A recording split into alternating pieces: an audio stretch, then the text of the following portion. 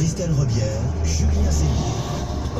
Enfin, le terroriste présumé qui a agressé des militaires au carrousel du Louvre vendredi dernier s'exprime. Il aura mis 4 jours à reconnaître son identité. Il s'appelle bien Abdallah El Hamami. C'est un Égyptien de 29 ans. Il est donc sorti de son mutisme, Guillaume Chiez. Ouais, il aura fallu cette 3e audition hier soir pour que Abdallah El Hamami accepte enfin de répondre aux questions des enquêteurs. D'abord, il confirme son identité. El Hamami, directeur commercial aux Émirats Arabes Unis, marié, père d'un petit garçon de 7 mois et fils d'un haut gradé de la police égyptienne. Un profil atypique pour ce terroriste présumé qui a pu entrer en France grâce à un visa touristique et s'installer pour une semaine dans le très chic 8e arrondissement parisien. El Hamami a également livré une première version des faits sur son attaque avortée de vendredi matin, mais une version fantaisiste selon les enquêteurs. Quelques minutes avant son passage à l'acte, l'Égyptien avait publié sur Twitter des messages où il semblait apporter son soutien à l'État islamique, mais l'organisation terroriste n'a toujours pas revendiqué l'attaque.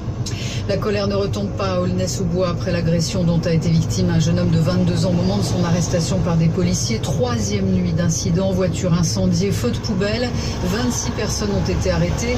Pourtant, les 4 policiers impliqués ont été mis en examen, dont l'un pour viol, et les 4 sont suspendus de leur fonction. Arnaud Touche, vous êtes sur place pour RTL Cité des 3000 où certains habitants réclament aujourd'hui une justice rapide et exemplaire. Effectivement, pour beaucoup d'entre eux, la mise en examen des policiers ne suffit pas à calmer leur colère. Fatma habite le quartier depuis 10 ans. Elle a du mal à comprendre la motivation des casseurs. C'est une vengeance, se faire montrer qu'ils sont là, qu'ils ne se laissent pas faire, c'est désolant. Et pour elle, il n'existe qu'une seule solution pour que les violences cessent. Une marche blanche, ça sert à rien, ça n'arrangera pas les choses, ça ne changera pas, quoi. Ça changera pas. Qu'est-ce qu'il faut pour que ça s'arrête là ? Que les policiers soient jugés, voilà, qu'ils soient condamnés quand même, parce qu'il a fait quand même, c'est assez grave.